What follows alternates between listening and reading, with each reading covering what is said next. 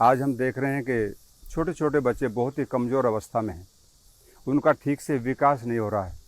उसमें कई कारण हो सकते हैं, लेकिन जब बच्चा जन्म ले चुका होता है तो उसके बाद हम उसके स्वास्थ्य को बरकरार रखने के लिए अच्छी हेल्थ उसकी हो तो उसमें हम क्या करें। ऐसी अवस्था में एक तो सुपाच्य आहार उनको दें। कोई भी आहार उनको ऐसा ना दें जो स्वास्थ्य के लिए हानिकारक हो, जैसे जंक फूड है, फास्ट फूड है। आज हम देख रहे हैं कि बच्चे बाहर की चीज़ों खाने में बहुत ज़्यादा रुचि रखते हैं और माता पिता भी उन्हीं चीज़ों को उनको खिलाने के लिए तैयार हो जाते हैं जो बच्चे मांगते हैं। लेकिन हमें देखना होगा कि हमारे बच्चों के स्वास्थ्य के लिए कौन सी चीज़ें अच्छी हैं। हमारा आहार सुपाच्य हो। छोटा बच्चा होता है, उसकी जठराग्नि अभी उतनी प्रखर नहीं है जिससे वो हार्ड चीज़ों को पचा सके। अब जो मार्केट में मिलने वाली चीज़ें हैं वो बहुत फास्ट फूड है, जंक फूड है, कई प्रकार के ऐसे भोजन हैं जो बच्चों के डाइजेशन को प्रभावित करते हैं। तो हमें ये ध्यान रखना है कि जो हमारे छोटे बच्चे हैं उनका डाइजेशन अभी उतना अच्छा नहीं है, जठराग्नि बहुत तेज़ नहीं है। ऐसी अवस्था में उनको वही पदार्थ खाने के लिए दे जाएं जो सुपाच्य हैं, जो हल्के हैं, जैसे फल हैं, सब्जियां हैं, जूस है, सूप है। परमात्मा ने बहुत अच्छी अच्छी चीज़ें हमारे देश में पैदा की हैं। ऐसा कोई देश नहीं है जहाँ पर 6 ऋतुएँ हों और 6 ऋतुओं के आधार पर अलग अलग फल, फ्रूट, जूस, सब्जियां होती हों।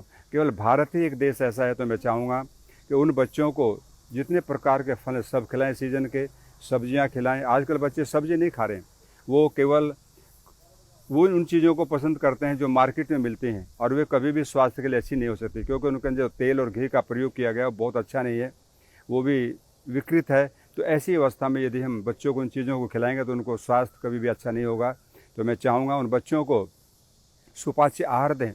और जो हमारा भारतीय फूड है, हमारे जितने भी व्यंजन हैं, आपको आश्चर्य होगा। आप किसी भी स्टेट में जाएंगे, वहाँ जाने के बाद में आपको 6-7 प्रकार के व्यंजन अलग अलग मिलते हैं।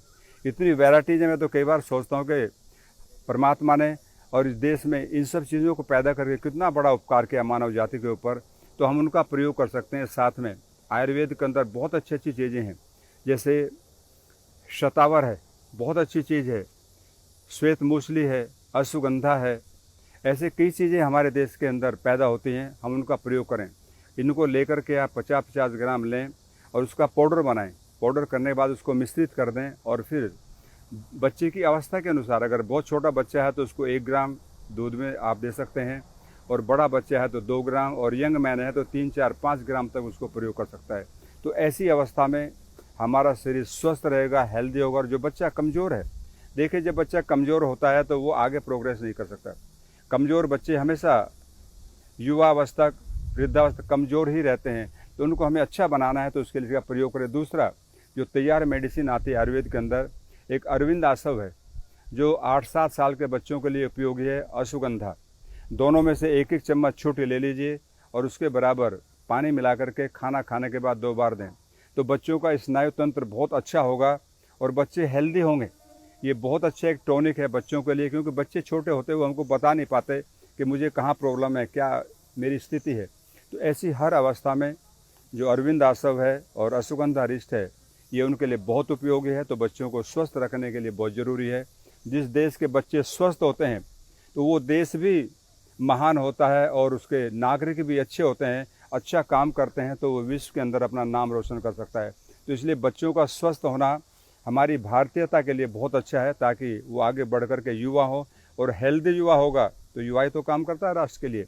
तो ऐसी हर अवस्था में छोटे बच्चों का स्वस्थ होना बहुत ज़रूरी है, और उनको हम आयुर्वेद के साथ में जोड़ेंगे तो निश्चित उन्हें आरोग्य मिलेगा और वो हेल्दी होंगे।